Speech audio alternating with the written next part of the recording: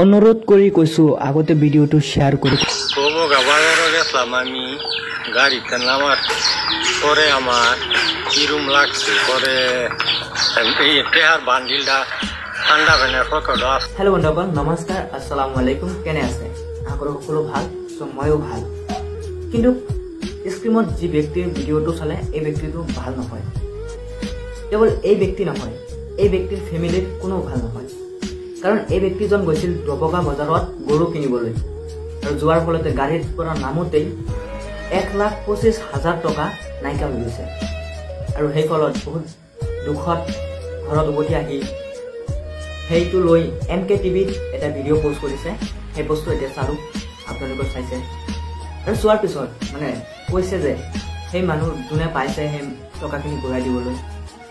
আজিকালি 1 টকা এটা হেৰালো কোনোবাই ঘূৰাই নিদিয়ে আৰু এনেকুৱা আছে লাখতকৈ বেছি টকা পালো এই মানুহে ঘূৰাই দিয়ে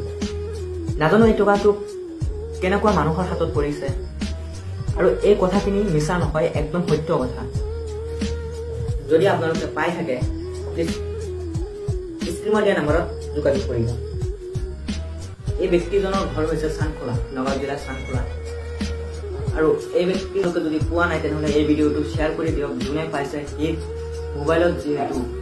ফেচবুকটো অন কৰাৰ লগে লগে এই ভিডিওটো লাইক অনুৰোধ কৰি কৈছো আপুনি ভিডিওটো শেয়াৰ কৰি আৰু এই ভিডিওটো বনাইছো আমাৰ গাঁৱত কেইজনমান মানুহে ক'ব তোক ভিডিও বনাবলৈ পোৱা নাই কিয় বনাইছো এজন মানুহৰ বিপদৰ আগত যদি যাব পাৰো ভিডিও বনাই বহুত ভাল